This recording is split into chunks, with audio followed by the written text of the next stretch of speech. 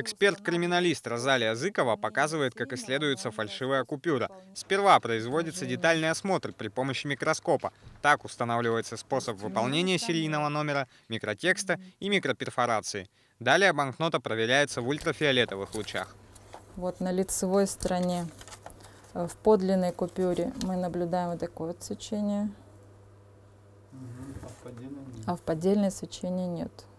Современные подделки отличаются очень высоким качеством, и без специального оборудования отличить фальшивую купюру от настоящей достаточно сложно. Но все же есть некоторые признаки, указывающие на подделку. Можете пальцем прощупать место, где расположены микроперфорации.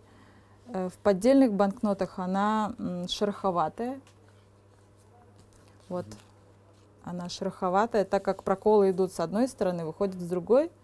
И вот с этой стороны наблюдается шероховатость. В настоящих же купюрах этого не наблюдается, она абсолютно гладкая.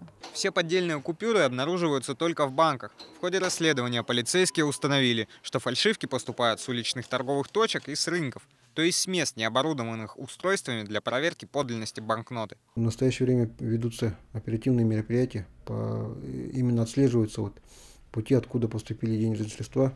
Ну, на сегодня мы по всем фактам установили установили именно точки, откуда поступили. И путем уже технических мероприятий сейчас уже направлено на поиски лиц, которые распространяют данные денежные средства. Было установлено несколько фактов обнаружения подделок с серийными номерами, начинающимися с букв БВ и цифрами 98 847. На многих фальшивых купюрах мошенники меняли только последние две цифры.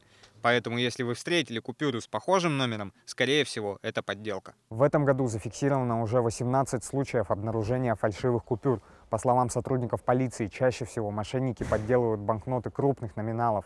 Самая популярная среди них – пятитысячная. Поэтому на крупные суммы наличных полицейские рекомендуют гражданам обращать особое внимание. Владислав Шеремет, Роберт Набиев, Вести Якутск.